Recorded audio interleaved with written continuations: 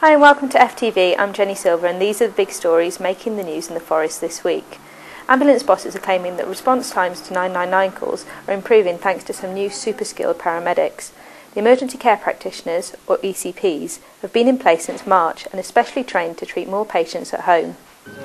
I took a trip in a rapid response car to see how they're making a difference. It's important that you keep your wits about you. Obviously we all have advanced driver training to drive on emergencies, so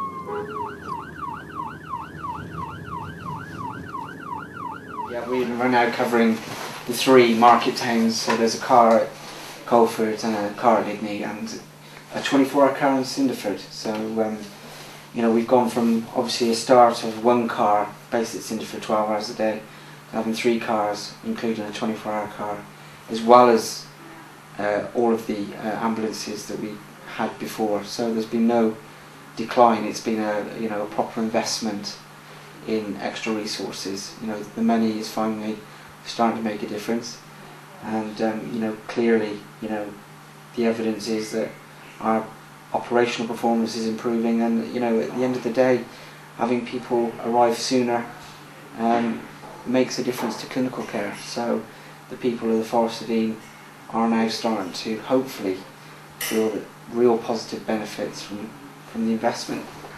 In Red Marley, the search is continuing for missing woman Kate Prout.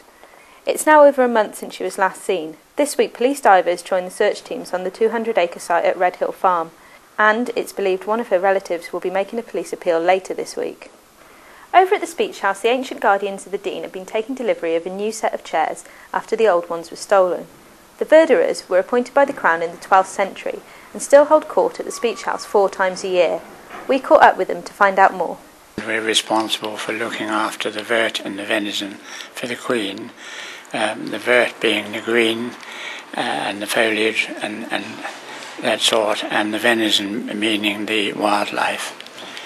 The previous chairs, unfortunately, were stolen. They were the crochet chairs, who were the ironmasters of the area, and they were stolen, and these have been kindly been replaced with the courtesy of the Forestry Commission, and we're very pleased to have them here, and I shall look forward to sitting in one for many moons to come.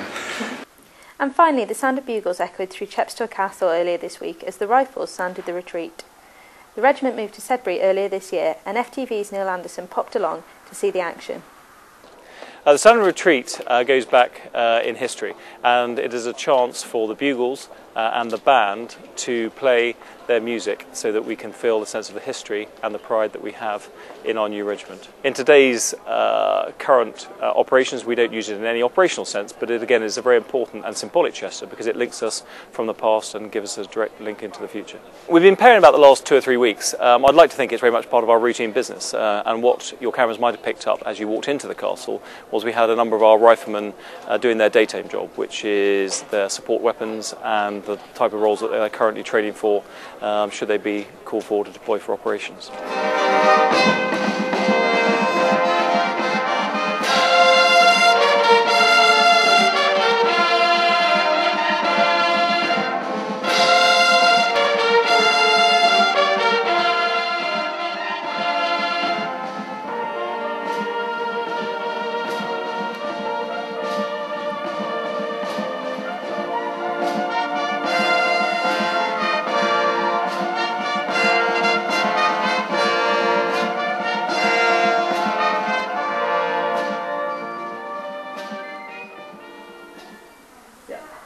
And don't forget to grab a copy of this week's paper for all your local news, including a chat with the new Cinderford town manager Lee Relish. And for all your breaking news, have a look at thisisgloucestershire.co.uk. That's all your FTV for this week. Thanks for watching.